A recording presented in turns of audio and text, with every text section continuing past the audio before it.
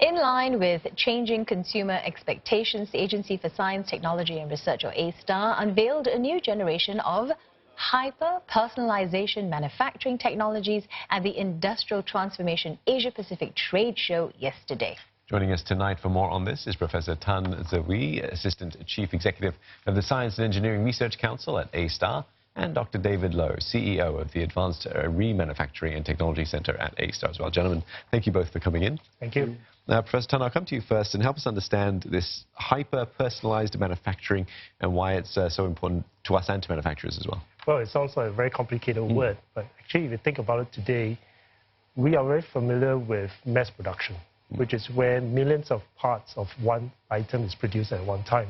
This is to bring costs down. But the trend is moving towards a lot more mass customization and even customization for one. And imagine if you can order your cosmetic, you can order your food supplement and tailor to your needs. This is the emerging trend that we see with e-commerce, especially the growth, where companies are coming to understand the needs of consumer. But because of the way things are made today, it's very difficult to do this unless you have individual person making it. It's like, for example, back in the days of patisserie, in which you can customize a batch for one. So I think this is where, with technology, with Industry 4.0, you are able to digitize it, you automate it, you can even formulate it, and everything is done. And this is where we see the huge opportunity for way technology is influencing manufacturing. Dr. Lowe, so are there any products that perhaps maybe we can, associate with in this hyper-personalization manufacturing line, of technologies here? Sure. I think one example is, for example, coffee sachet. If you buy a lot of it, it comes with the same flavor, 10 pieces. In future, one will be able to get different flavors in one order. And maybe even pushing further, some of the flavors are customized to just your taste. So for this to happen, data needs to be exchanged. There needs to be a lot of information that consumers then give out. Yes.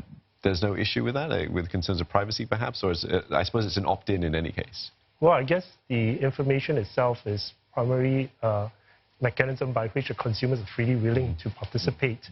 And we are starting to see this increasingly prevalent, especially with one of our key partners, Procter & Gamble, whereby e-commerce is actually an important aspect of their online sales.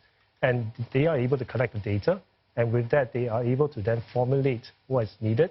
And I think it's also announced in the news today, they are seeing the opportunity by which this way of manufacturing will be rolled out, in fact, within the next 2 years into their markets as well. Well, the combined R&D investment of this public-private collaboration, I understand here, it says here, is $38 million. So how important are, public-private partnerships in perhaps maybe driving innovation? So in the past, traditionally, end-user companies such as Procter & Gamble will innovate themselves or get vendors to come in on a one-to-one basis.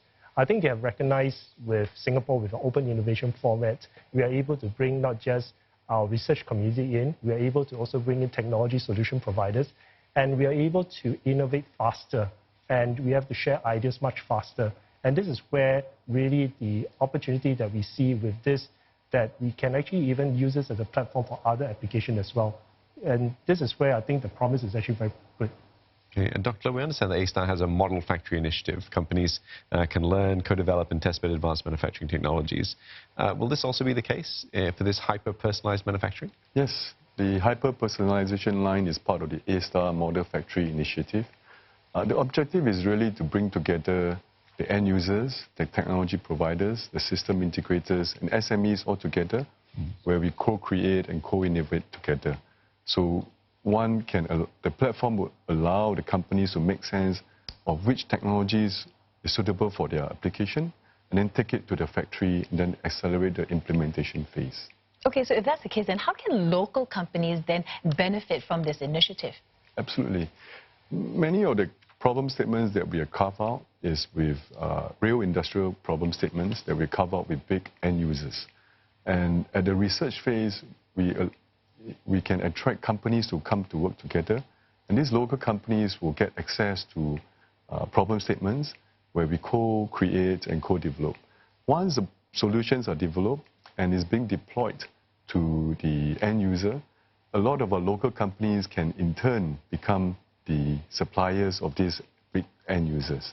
And we have many cases where we deploy solutions locally or regionally.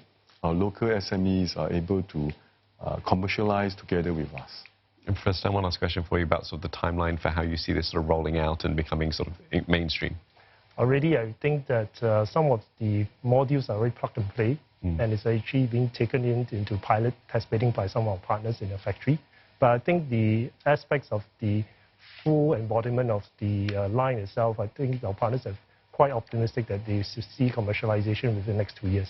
Exciting times ahead then. Thank you both for coming in and sharing it with us. We've been speaking to Professor Tan Sze Wee and Dr. David Low from A*STAR, the Agency for Science, Technology and Research.